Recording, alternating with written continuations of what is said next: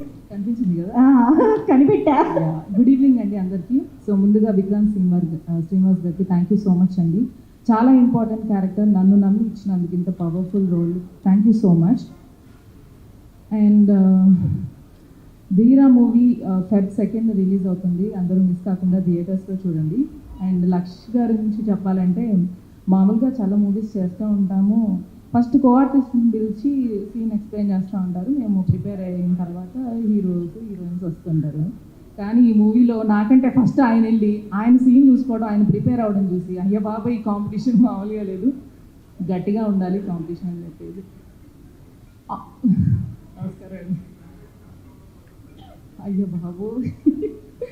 So మీ dedication చాలా బాగా నచ్చింది లక్ష్ గారు. ఒక బెస్ట్ హీరోకి ఉండవలసిన క్వాలిటీస్ అన్నీ మీలో ఉన్నాయి. సో ఈ మూవీ అందరికీ హెల్ప్ అవుతుంది, ఆర్టిస్టులు కానీ టెక్నీషియన్స్ కానీ చాలా హెల్ప్ అవుతుంది అని అనుకుంటున్నాను, సక్సెస్ అయ్యి.